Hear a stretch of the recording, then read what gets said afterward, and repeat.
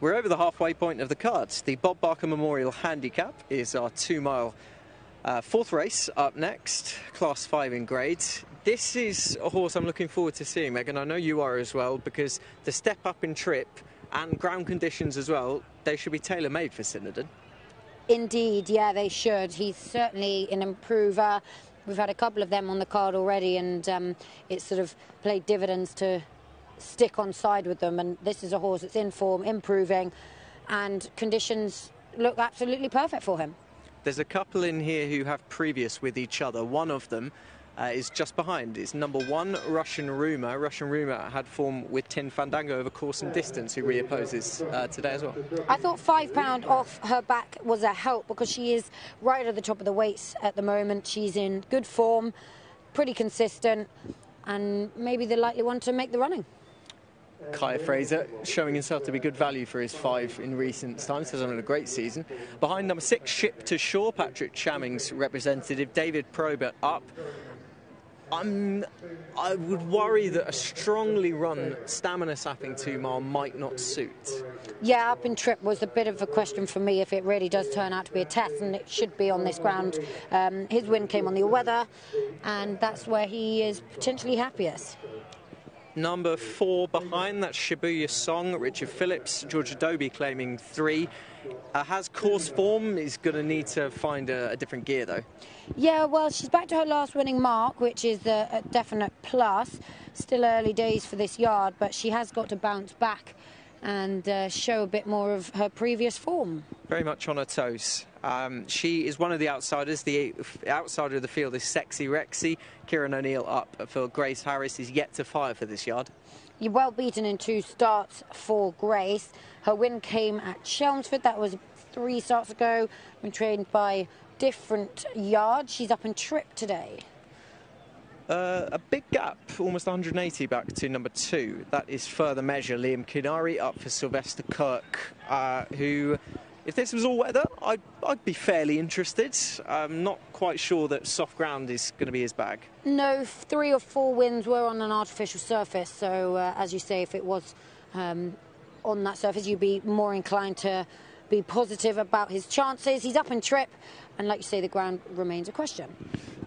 One of the ones that we'd like to see is only just making his way into the paddock now. That is one of the market principals, number 5, Tin Fandango, who's been in good form, likes the distance, likes the surface. He's very ground versatile, which is a big plus. Claimer, who people seem to be really going to, and he's been riding very well.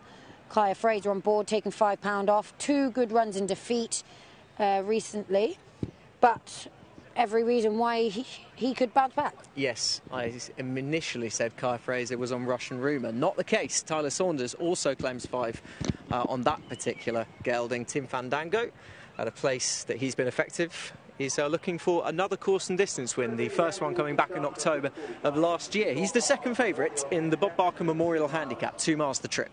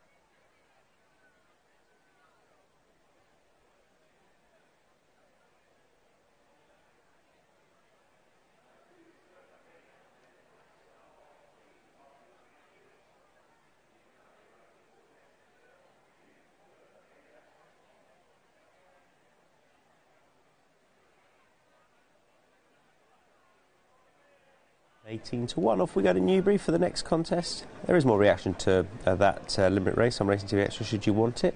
But we're just about on post time for the 7:45, which is the Bob Barker Memorial Handicap. We're over 2 miles for this Class 5. Richard Hughes' Synodin is 6-4 from the Finley Marsh. Tim Fandango 130, Russian Rumour 4-1. Talbot Nest 15-2, 14s and bigger the remainder. They're all down there bar one, I think. Couldn't quite make out who it was. But there you go, that tells us it's Tim Fandango who's going to make his way down there under Kaya Fraser. We'll rejoin Anthony and Megan.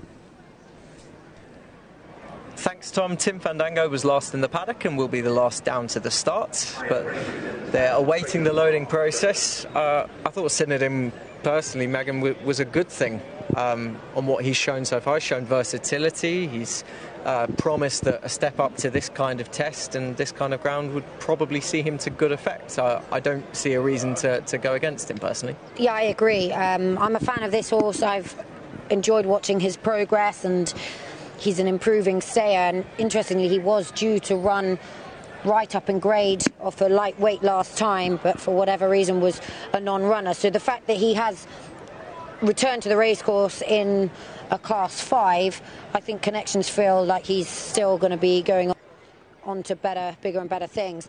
And actually, although he was third at Sandown last time, if you watch it back, he was absolutely mullered at quite a crucial point, and I just think he was about to get into top gear, and really he does stay strongly.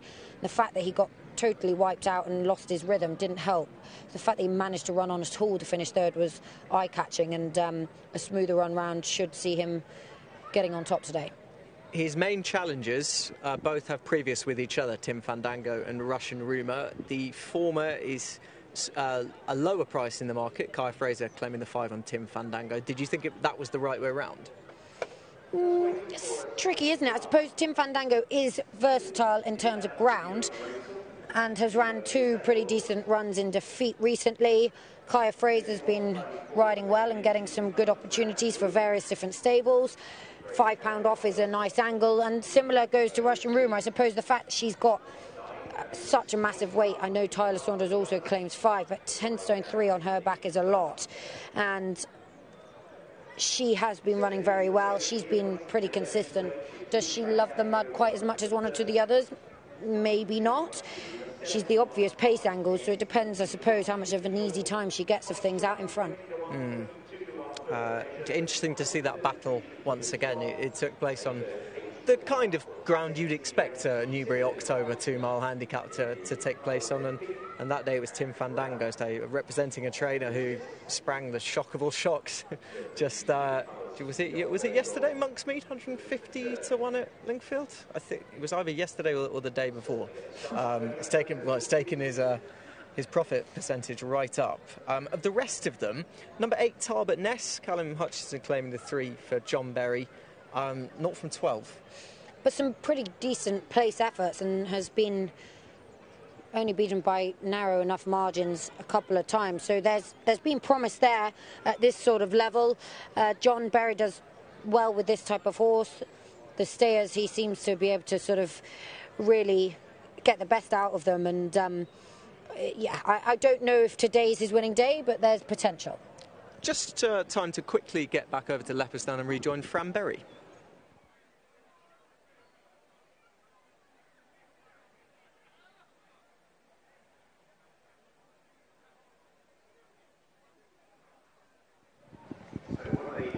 So while the main channel have headed back to Leopardstown, we can still continue to have a word about this. Not quite sure what the delay is at the moment. We can see one of them without the rider at the back. Spiced Rum was late into the parade ring, very late into the parade ring, and is now having the girths changed because clearly the girths were too big. So we now have a further delay. Not ideal. Not ideal, very annoying. But hey ho, hopefully this girth will fit. Those at bigger prices. No, this girth doesn't fit. My kingdom for the right girth. Fingers crossed, third time's a charm. I'm not sure I've seen this happen down at the start before. I mean, I think Jason's looking for a shorter girth and has been given a longer one, would be the guess when he's measuring them up now. Which is, yeah, really not the ideal situation. Ultimately, you need both girths just in case. I have actually ridden before when my main girth had actually snapped and my overgirth / surcingle had kept me on. So you don't want to be taking those risks. Absolutely not. And therefore he's doing the right thing in changing it, but it just does mean that now we're going to be very late. Yes. Those at bigger prices, I didn't see a reason why any of them had been overlooked, so to speak. There's ground concerns, there's trip concerns for a few. Yeah, I agree. Similar to our last race where we saw the top 4 finish pretty closely. I think it's a similar case here. We've got 13-2 and then a big gap to 16-1. So I think the market's kind of got it right. The informed horses and the horses that have proven on the ground. And, it's not something you'd necessarily expect in back end of July to be running on soft ground at Newbury. But, the informed horses are the way I'd be looking. Absolutely. Did you have a hard and fast opinion on the pace of the race? Did you think Synodon, he's tended to be held up and enjoy a strongly run test. It's not absolutely guaranteed that he's going to get that. Is there a chance he might be more prominent than usual? I don't know. I suppose the fact that he's stepping up in trip makes me think maybe not. They might just hold on. They know that he stays well, but they also know he potentially has a little bit of a change of gear compared to one or two who are much better at this 2 mile. So I suppose why change something that's not broken? A bit of cover. He doesn't have to sit last by any means, but maybe sort of halfway. He's drawn 10, so he is widest of them all, and that might force his hand to just have to take his time a little bit. And I imagine from stall 5, Russian Rumour will be the one that makes the pace. From stall 10 you really have, it's black and white from there, isn't it? You're either going to be right up there or you're going to sit and take your medicine and hope that the right scenario comes for you. I guess also to his credit... oh no. Ooh. Oh no. Spiced Rum is getting spicy. Maybe that's why this horse was actually late into the paddock in the first place. The bit looks to have gone through her mouth. The saddle is not going onto her back. And if she was playing up like that in the saddling boxes, that is potentially why she was late out in the first place. So, yeah, not ideal. I wouldn't be remotely surprised if she ends up having to be withdrawn because that behaviour didn't look too promising. And this saddle is now off, and you would imagine an imminent withdrawal is probably imminent, but we will await for official confirmation. I mean, it's a real shame. Rebecca Menzies has sent 2 runners down today, a long way from Yorkshire, and Spiced Rum has not made that case very, very well. A costly trip for Connections, unfortunately. Yeah, no petrol money at least gained by Spiced Rum coming down. Hopefully there'll be another day for her, but as she heads off, ideally off the track. She looks quite happy going back the wrong way with no tack on, doesn't she?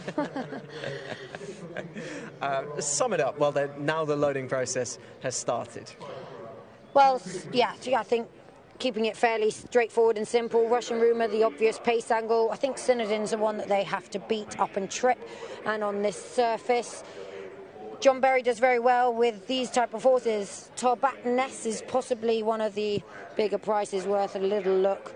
But, yeah, Synodon's the one I think that they have to beat. Not sure a rule 4 will come into effect with the withdrawal of Spiced Rum. I think the SP was around about 20-1, so no impact in that respect, but it does mean we are down to a field of 8 for our 2 mile handicap. The loading process has started, finished pretty much. We've got a couple more to come forward. These are fairly hardened handicappers for the most part, but hats off, they've behaved very well with all the delays and being cheed up, and now it's time to take a pull. Yeah, as a rule they have been. Now we've got one that's being a bit reluctant to load, but yeah, as a rule they've been pretty patient. They're right out in front of the stalls by the winning line. A couple of these are getting a little bit restless in the stalls there, so the quicker they can get in and out, the better. Synodon, the 11-8 favourite. Here's Richard for the call. Bob Markham Memorial Handicap over 2 miles. They are all set. The 8 runners jump away. Tin Fandango jumped in the air but didn't do himself any damage. Seems that Russian Rumour wants to be prominent in the yellow colours, but nobody else really wants to go on to any degree. And Tin Fandango, for the second time this evening, it's a dawdling pace, has the early advantage from Sexy Rexy. Synodin is 3 wide as they approach the turn, with Further Measure on the inside of Russian Rumour, who wasn't able to make it through horses to take that handy position. The grey is Tarbot Nas in 6th place on the outside of Ship to Shore, and the back marker early on is Shibuya Song.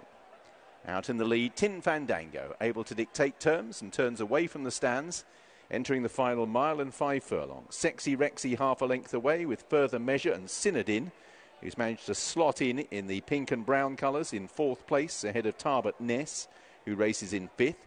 Ship to Shore in the hooped colours, Russian Rumour in the yellow, and still last of all is Shibuya Song as they continue at a very steady pace to run down towards the final mile and a half.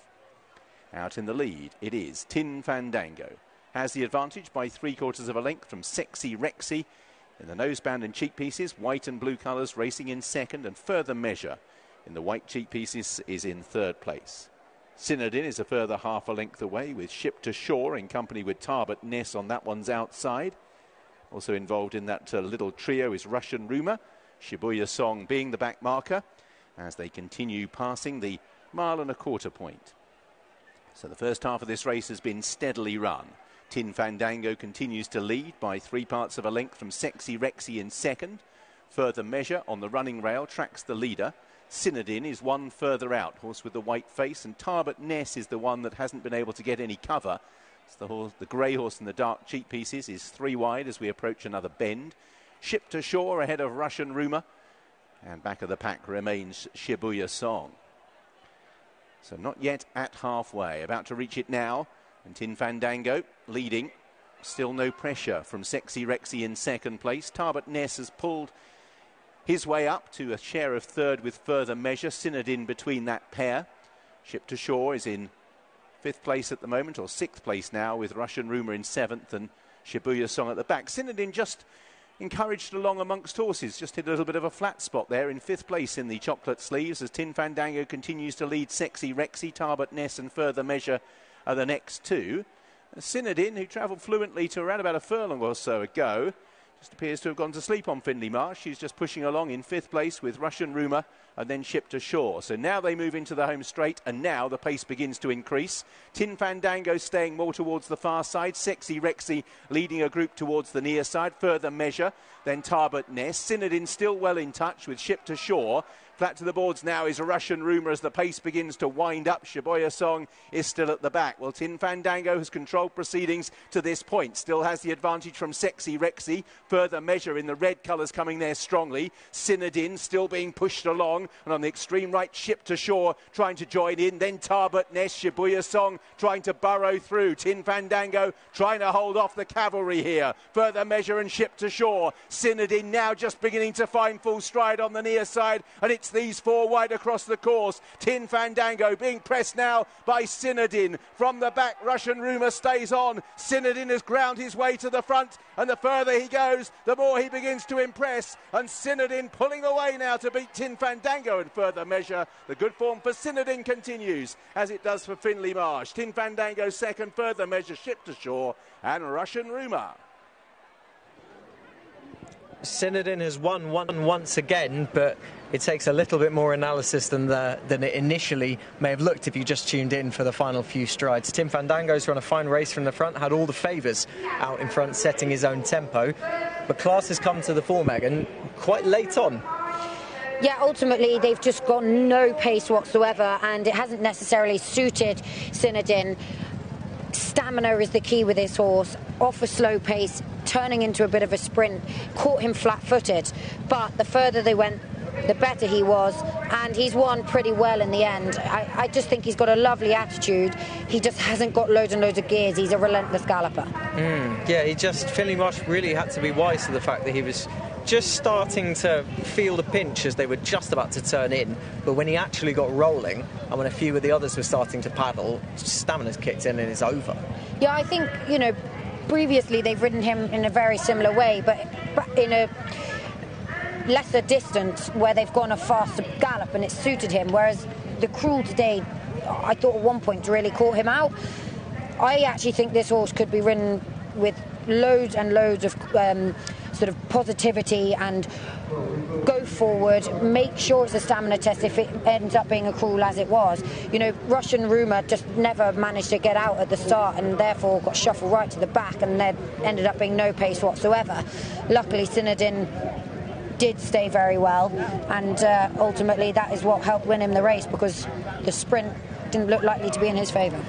If you had backed Tim Fandango, you'd have been very happy with how the race panned out, pretty much right up to the final furlong and a half, because he's had all the favours out in front. Great ride by Kaya Fraser on the front. He just has probably bumped into a progressive type who's loved his test. Yeah, definitely. Kaya Fraser's done exactly what he needed to on his own mount. He's controlled and dictated the pace and the race the whole way around. He was happy to be in front, setting his own fractions. Tim Fandango settled beautifully for him, and he's ultimately only had to quicken for about a furlong and a half. He has been beaten by an improving horse who did outstay him in the end, but you know, take nothing away from Kaya Fraser, who's given his mount a lovely ride. And at this stage, look at Russian Rumours, catches the eye. She's just starting to fly home, and I think she sulked him behind. I don't think she looked particularly happy.